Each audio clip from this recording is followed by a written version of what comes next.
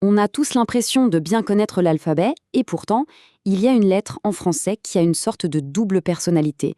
Une lettre qu'on voit partout, mais qui change de voix, de son, selon ses fréquentations. Alors aujourd'hui, on va percer le secret de la lettre C. La question est simple, non? Comment ça se fait que le C sonne comme un K dans le mot camion, mais qu'il siffle comme un S dans cerise? C'est ce double jeu qu'on va décortiquer ensemble. Et on va voir que la solution, en fait, elle est beaucoup plus simple qu'on ne l'imagine.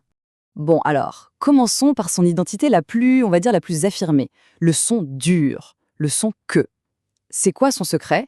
Eh bien, c'est tout bête. Il suffit de regarder la lettre qui vient juste après.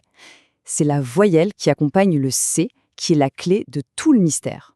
Et voilà la première équipe de voyelles, le trio de choc A, O, U.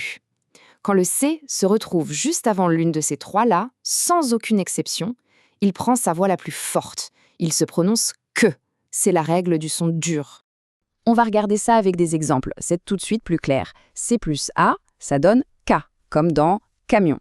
C plus O, ça donne co, comme dans coq. Et C plus U, Q, comme dans cube. On voit bien le schéma, hein.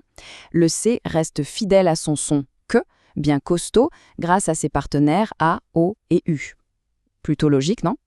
Ok, on a vu le côté dur du C. Mais qu'est-ce qui se passe quand il change de groupe d'amis en quelque sorte? C'est là qu'on découvre sa deuxième facette, le son doux, le son se. Et comme on peut s'en douter, le secret, il se cache toujours au même endroit, dans les voyelles. Et voici la deuxième équipe de voyelles, l'équipe douceur, E, I et Y. Et là, quand notre lettre C se place juste devant l'une d'entre elles, hop, il change complètement de ton. Il s'adoucit, il se met à siffler et il produit le son S. C'est une toute autre ambiance. Et la preuve, par exemple, est flagrante.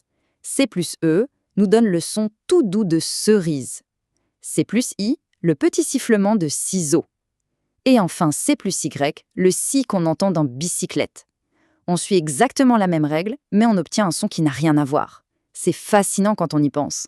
Bon, il est temps de faire le point. On a nos deux équipes de voyelles, nos deux sons pour le C. C'est le moment de tout mettre à plat et de regarder la règle d'or dans son ensemble. Et voilà, tout est là, noir sur blanc. D'un côté, le clan du son K, avec le trio A, O, U. Et de l'autre, le clan du son S, avec le trio E, I, Y.